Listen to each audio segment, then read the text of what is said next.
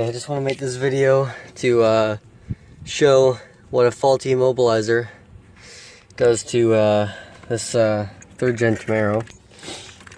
So I've got this multimeter hooked up to it. I got it checking voltage on the ignition switch starter wire. Starter wire is this yellow one. Goes over to the neutral safety switch right there. And so, directly from this ignition switch, which has just been replaced, that's an accessory.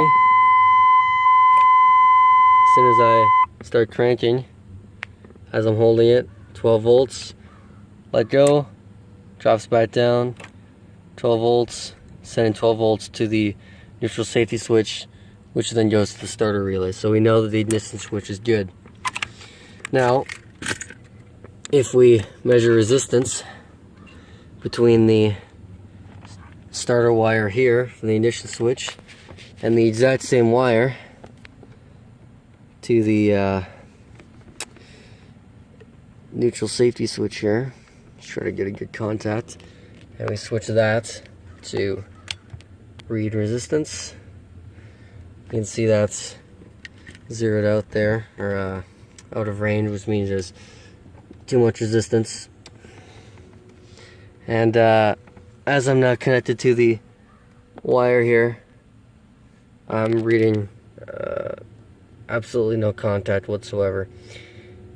These two wires are connected directly in the wiring schematics. That wire just goes through the little behind the radio there and connects up to the neutral safety switch. So this tells us that the immobilizer is preventing the voltage from crossing over. Now when you put the key into the ignition, this little key fob reads is supposed to unlock the immobilizer so that voltage may pass through those two wires and start the vehicle. Fortunately, this doesn't happen because, let's turn that off for a second. If you measure the voltage to the neutral safety switch, you should be reading 12 volts when in the crank position. Now it's going to be a little bit difficult because I'm going to have to hold this. So I've got that on the neutral safety switch there. And I'll move the multimeter so the camera can see it. So I've got a neutral safety switch, same wire, same thing as I've done before with the ignition switch. And I'm cranking right now and I'm not getting 12 volts. Because the immobilizer is preventing the voltage from crossing over. So this is a faulty immobilizer. The immobilizer is way up in there.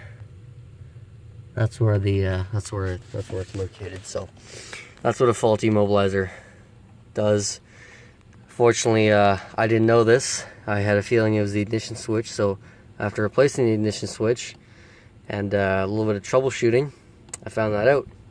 So hopefully this helps you out.